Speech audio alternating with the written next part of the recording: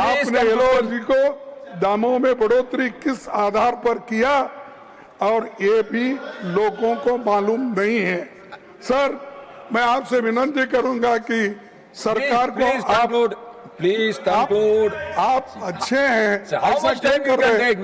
देखिए, cylinder book करने के बाद वेटिंग पीरियड शहरों में 21 से बढ़ाकर 25 दिन और गांवों को रिमोट इलाकों में 25 से लेकर 45 दिन तक करा दिया गया है। इससे जमाखोर। You want to respond to this? Your speech, please. 0 hour. Honorable LFP should know that this is 0 hour, and one has to speak within 3 minutes. And the rule is for everybody, for every individual. 3 minutes. For everybody, that's why I requested after 0 hour, immediately if you give, I can discuss. I said, so he honorable Please take. Chairman. Please conclude. Please conclude. Chairman. Please. Now, Garge ji, please conclude. Please Sir, conclude. 1 minute. I will finish 1 minute. Sanjay ji, इससे जमाखोरी और panic booking बढ़ रही है। महोदय, इससे कुछ महत्वपूर्ण सवाल उठते हैं। अगर सरकार को ये पता था कि एलपीजी इंपोर्ट्स संकट में पड़ेगा तो अल्टरनेटिव अरेंजमेंट क्यों नहीं किए गए?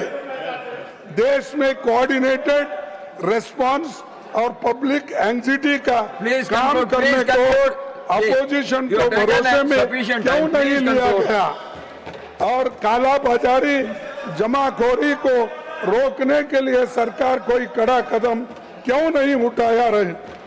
सभापति जी, ये संकट हमारे प्रबंधन की दयनीय हालत ही नहीं बल्कि फॉरेन पॉलिसी और एनर्जी पॉलिसी की कमजोरी भी ये बताता है। सरकार की ये जिम्मेदारी है गरीब और मिडिल क्लास और गरीब तबके के लोग और छोटे मोटे व्यापारी को एलपीजी की स्थिर, सुलभ और किफायती उपलब्धता कराया जाना चाहिए।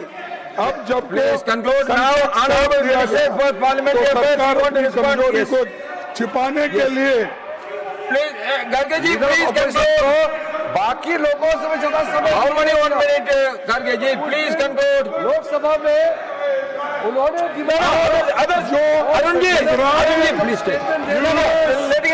और ईरान में जो लड़ाई चल रही है उसका भी डिस्कशन यहाँ होना चाहिए और यही